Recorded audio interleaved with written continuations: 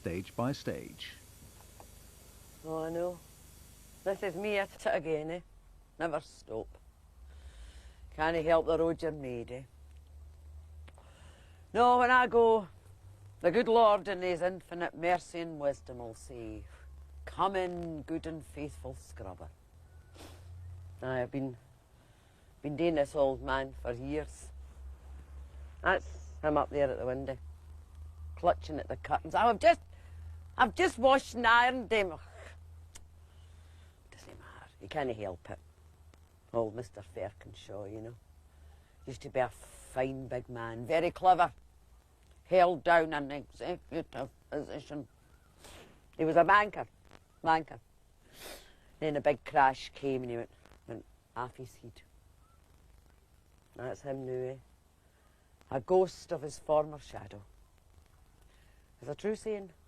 1 minute you're up, the next minute what are you? A curtain clutcher. My mother always says, the clever ones go daft first, you know.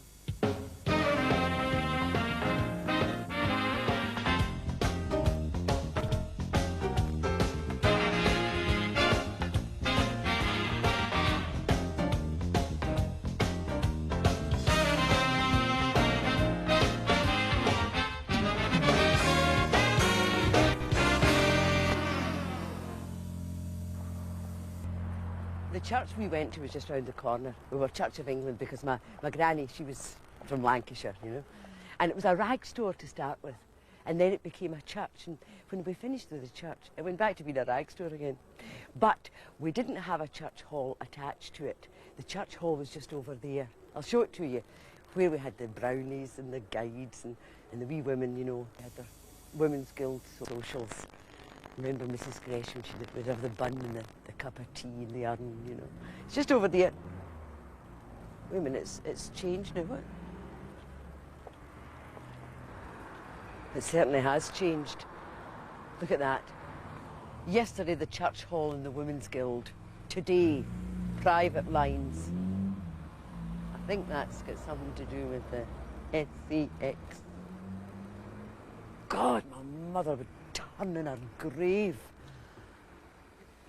I'll tell you something, Lizzie, there's one thing I can't abide. And that's folk laying it all off about other folks' business. I mean, that's one thing I'm no guilty of. No, why? What I daren't tell Tione, I will take with me to the grave. She was right dapping back and for it to the grave, you know. She had a season ticket to the cemetery. As I always say, when you've finished cleaning the dirt for your own doorstep, you can start on somebody else's. My sentiments exactly, Lizzie. But, see that woman up the road? Oh, she gets my goat. My mother always had her goat with her. I don't know where she kept it. Living up close in Denison, you know, you had the humanity and the warmth and friendliness of the neighbours. I mean, we didn't look at people and say, oh, she's poor, common and ill-educated. No. We were all poor, common and ill-educated. You were told to sit up, eat up. And I was 13 before I realised my name wasn't Shut Up. Do you remember Big Stevie that lived across the landing from us? Big, 4-square woman. You know, the leg at each corner, you know? Big woman. Married on to the wee man called Hercules. That's true. And, oh, she was a big woman. My father used to say, that woman, she's 25 stone if she's a day. God, I've never seen so many women in one lump.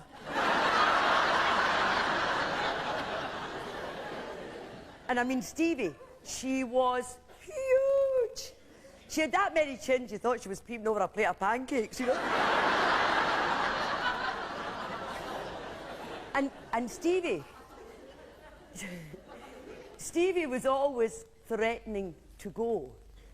And I don't mean down the road for her messages, because Stevie took to her bed when she was 50. That funny age, you know? Before the HRT, you know what I'm talking about? No, Stevie, she was always threatening to go to that big bed recess in the sky. And Stevie always took her bad turns in the middle of the night. Cold January night, 3 o'clock in the morning. Now we knock at the door, and my mother would get her old coat from behind the door and she'd wrap it around her. She'd go ben to Stevie's house. We heard, he would say, I think she's going. You know, wee man, wee voice. And my mother had a feeling that maybe this time, Stevie's time had come.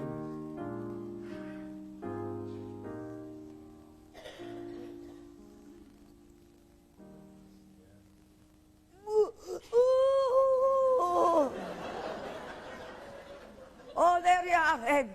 Come in, come here. There's something I want to say to you.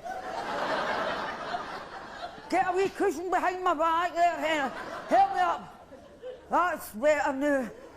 Now listen, Hen. Feel under my pillow, What am I feeling for, Stevie? My teeth.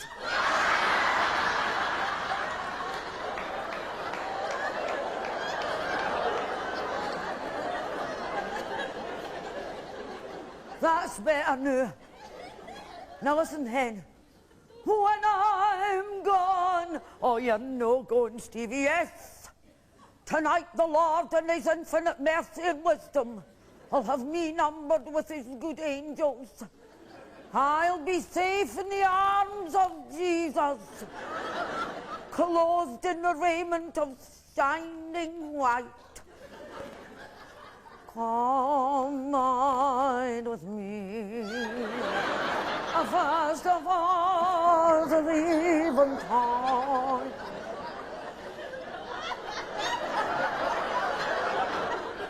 Oh, Stevie, will I send for the minister? No, I can't be arsed with that old foot.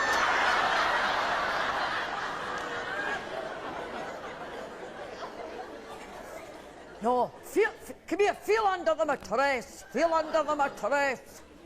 What am I feeling for? My 6 bank books and my rent book. Now look, Hen, you put them into your pocket and take them into your house for safekeeping. Because when I'm gone, I'm no wanting Ina to get this house. Ina thinks all she has to do is see the factor bung him the key money in the house is hers. Well, I'm no wanting that. Has Ina to get anything? Not a correct cut.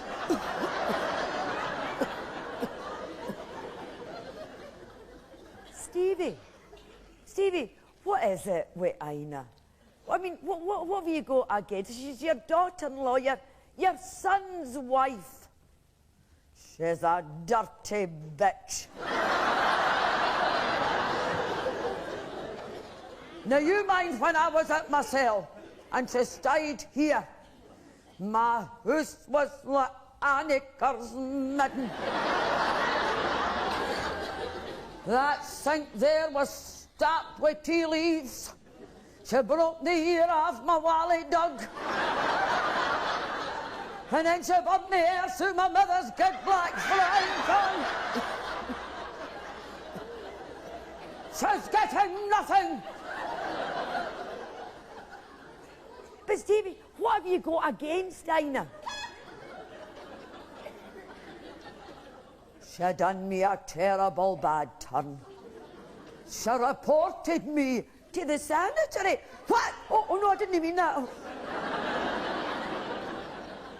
She reported me to the post office. The post office. I received a letter to the effect that I had interfered with the due and proper delivery of His Majesty's mail. You never did. What does that mean exactly? She says that I steamed open one of her letters. She never did. And her living under your roof eating the meat off your table.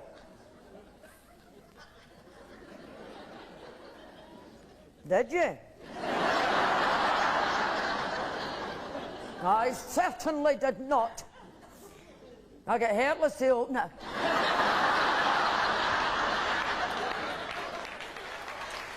After my granny died, every Sunday the family used to walk up the hill here to visit Granny's grave. Every Sunday. In the warm weather we'd take a wee picnic. There was a great preoccupation with death. Funerals were state occasions. Nothing was swept under the carpet. Death was faced square on. It was mostly the men in the family who attended the burial. You know, the women, they stayed at home to attend to the catering. Weddings, funerals, the menu remained the same. Steak pie, potatoes and peas. My young brother, he was born in the hole-in-the-wall bed in the kitchen. The bed recess, we called it. My granny died 2 years later in that same bed. And that was the last event to take place there. After that, my father took out the bed and he turned the space into a dinette. The 50s, you know. My father tried to give it the sort of, the French bistro atmosphere. Didn't work. Now, we had the wallpaper, you know, with the wine bottles and the baguettes. But the formica table and the plastic chairs, it rather turned it into a jumble of genres, you know.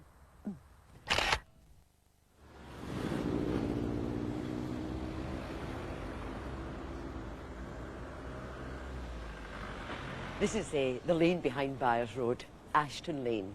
Yes, this is the sort of, what you would call the Chelsea of Glasgow, you know, kind of thing.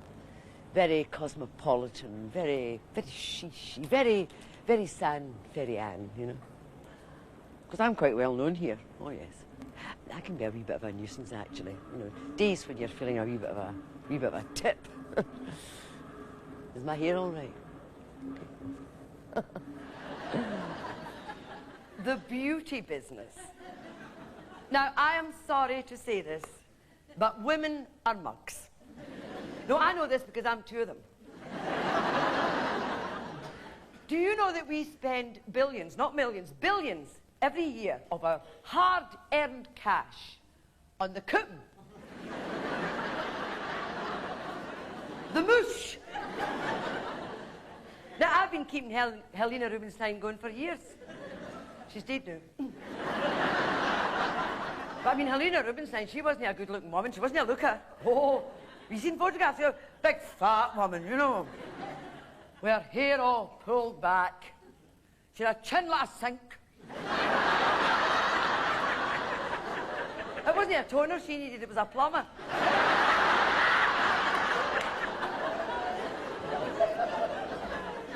And Helena Rubinstein, she wasn't a looker. No, no. I mean, she was very, very wrinkled. You know, she was. I've got an auntie, Auntie Agnes up in Inverkeithing. She's 81. Beautiful skin. You know, hardly a wrinkle. And you know her beauty secret? She's washed her face every day of her life in fairy soap. Yes. Auntie, you're getting a round of applause. Right. No, you should go up and see her. Don't go on a Friday, she's at her judo that night. Now, Auntie Agnes, I mean, she's never heard of collagen, liposomes, colonic irrigation, 2 teaspoonfuls of syrup of figs every Friday night. Whether she needed it or no. But me, I fall for it all the time. I mean, I just walk into the beauty department in Fraser's and they all turn around and say, oh, here she comes. Get the order books out. Whatever happened to Baby Jane?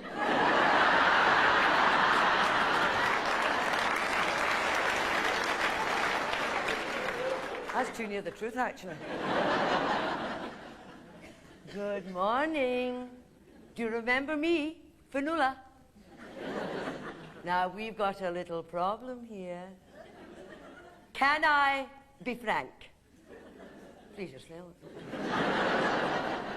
Now, tell me, when did you last exfoliate? Can you remember now? Now, our company has brought out a revolutionary new skincare program. It re-energizes, it revitalizes, it rejuvenates. That's the one that gets you. Rejuvenates. I want it.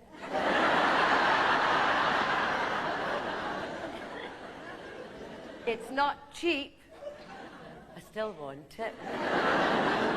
Do you want just the jar or the full range? The full range. Well, there we are. There's the day cream, the night cream, the eye cream, the moisturising cream. Oh, I'm frightened to tell you the price, and I'm frightened to hear it. I'll just shut my eyes and give you my Visa card there. What, oh, you want me to sign? Yes, I'll sign here. M-U-G Muck. No, but I mean, I've got skincare in the house. It would last me for years. But I fall for it every time. Ding dong! British Airways regrets to announce that the flight to Glasgow will be delayed for 1 hour. 1 hour. Just enough time to trip and fall into the beauty department of the duty-free.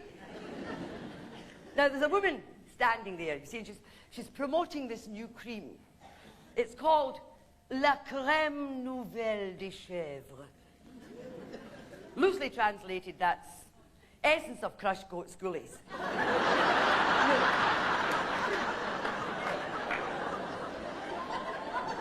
Loose. Doesn't matter, they make it up as they go along anyway, don't they? And she's standing there with it in her hand, you see, and it's a kind of a brown stuff. She says, "Have you tried this, madame?" I says, "No, I've stood in it often enough."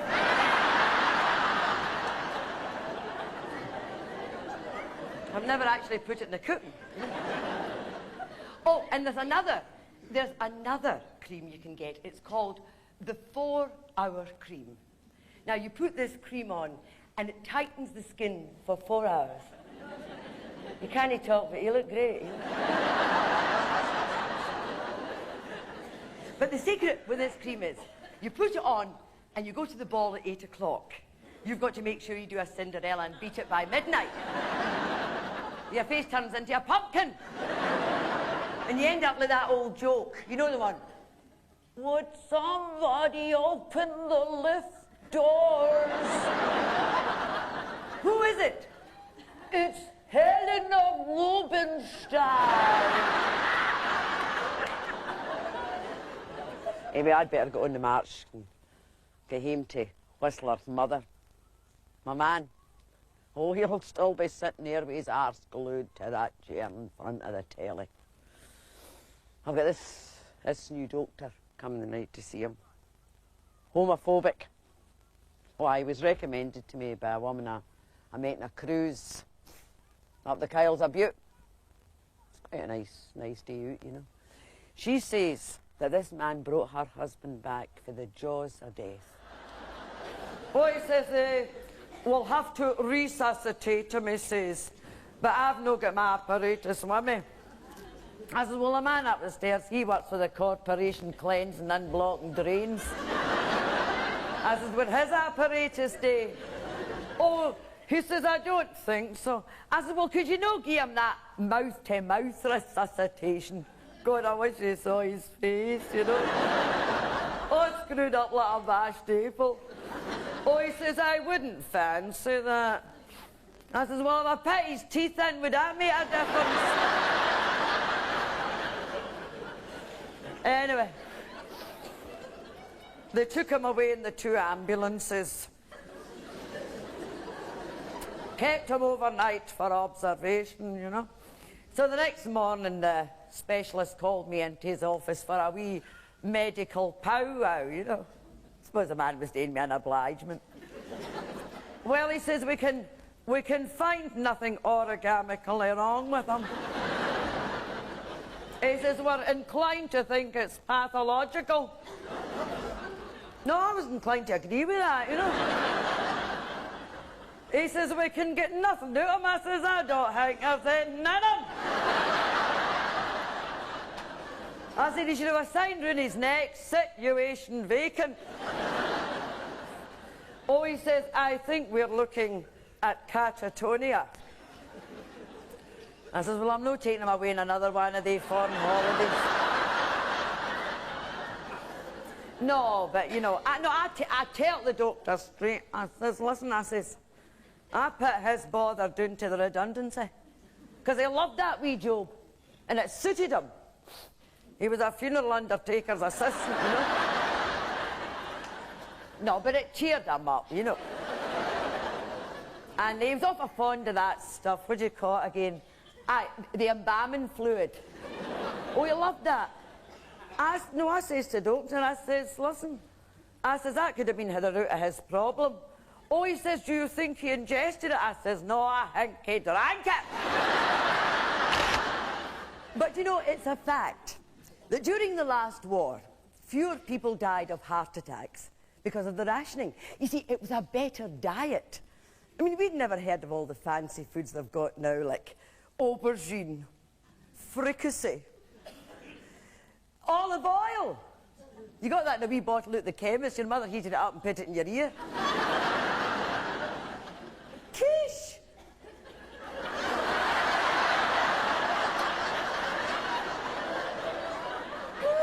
We never heard of quiche. Quiche was something you stood on in the street. Oh my God, did you look at that? Oh. Look. Don't walk that into this house. But we had the Ministry of Food to keep us right. Now, you would go to the pictures, you see, and there would be a food flash. And this wee flasher would come on. No, that kind of flasher. No, he was a wee bald man with glasses and a big stomach, you know. You know the kind that ties his belt under his oxters? Aye. I tell you what we'll do. We'll have a wee touch of the Pathy pictorial news because she likes this.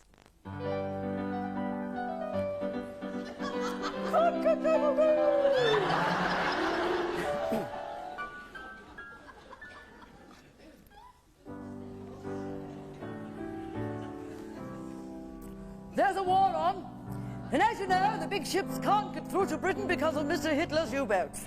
Well, we're going to hit you a biff, Herr Hitler, because even as we speak, the ladies of rural England are hitching up their skirts and in for victory. Let's go over to Mrs. Trevelyan. She's a vicar's wife, and she lives in a little hamlet outside Tunbridge Wells. Tunbridge Wells. Are you there, Mrs. Trevelyan? Yes, hearing you loud and clear. And how goes your war effort, Mrs. Trevelyan? Well, very well, actually. My dear husband, the vicar, he has a very small stipend. And we've always had great difficulty getting it up to a living wage. And now with all the shortages, well, one has had to sacrifice all the flowers in one's garden. Oh, it did break one's heart to say toodaloo to one's delphiniums. But now, one has a jolly good vegetable patch and we're quite self-sufficient. And what do you grow in your vegetable patch, Mrs. Trevelyan? Well, anything you like, really. Why, look here. We have carrots, leeks, parsnips, and cauliflower. Well, Mrs. Trevelyan certainly knows her onions. We will fight them in the allotments. We will fight them in the potting sheds. The gardening girls of England will never, I say never, surrender to the tyranny of a foreign power. That's right, cauliflower.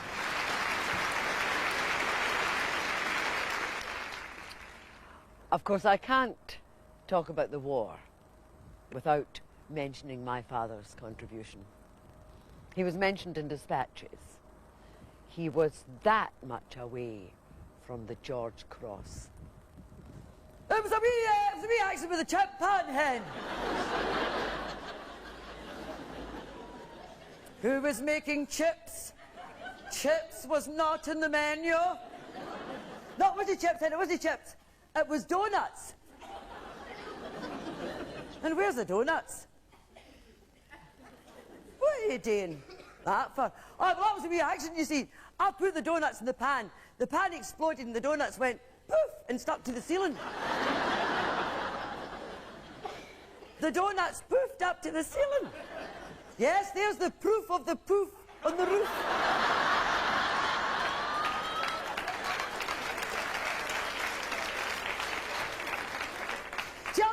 hen. See, it's a new rising agent they're putting in the flour these days. It's called saltpeter. Now, that's an explosive. But they don't tell the folk that. They should. Now, see, if I was you, hen, I would get the Ministry of Food up here to have a look at them. No, I've got a better idea. I'll get the Ministry of Defence up here. I'll tell them a man's invented a secret weapon. Old Churchill will be delighted. All he needs is one big frying pan, 6 big poofs, and he'll have the Hun and the run.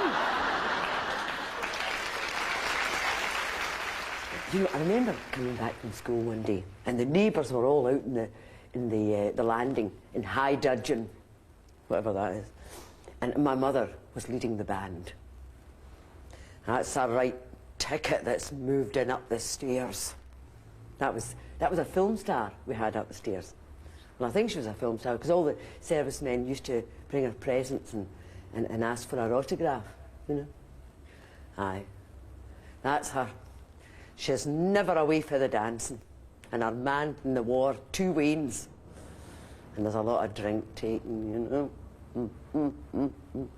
Yes, did you hear it the other day? She was hanging out the window in Whitehill Street. And she's shouting over to her pal. Her pal shouts up, "Ho, Senga!" That's her name, Senga. That's Agnes backwards, by the way. Senga! She says, "Come on, hurry up and get ready. The Barland's for Canadians." I know, terrible. And the next thing, she's got the boyfriend, you know, Big Chuck. And of course she's going to book with the fur coat. Away you into that kitchen. Go on, take those shoes off, you'll scrape that in your linoleum. Aye, the boyfriend. And she said, the fur coat, you see. I heard her pal say, "What did you do for that?" Well, she says, "I just took the hem up." I know, a disgrace. You see, the ticket. All these women up the stairs, I mean, they were just wee women, you know, and their expectations were limited because the furthest they would aspire to would maybe be Dunoon for their holidays or Saltcoats. But the ticket, she had her passport out of Glasgow because she was beautiful. She was a film star. Lana Turner, Hedy Lamarr. She wasn't bothered that the neighbours were all talking about her. Aye. I hear there's going to be a bit no wanting to hear it. No, aye. Oh, she's immigrating. Aye, new man, eh? No bad. The Weens, new daddy, no bad. And then one day, all the women were out in the back court. They're all hanging out their washing, lovely hot summer's day. And the Weens are all playing. That's her at the window again. Look at her, the hair's all dyed, the hair's all dyed. And the ticket looked out the window and shouted down to her 2 sons, "Oh, Kevin and Derek, come up and get ready for Canada."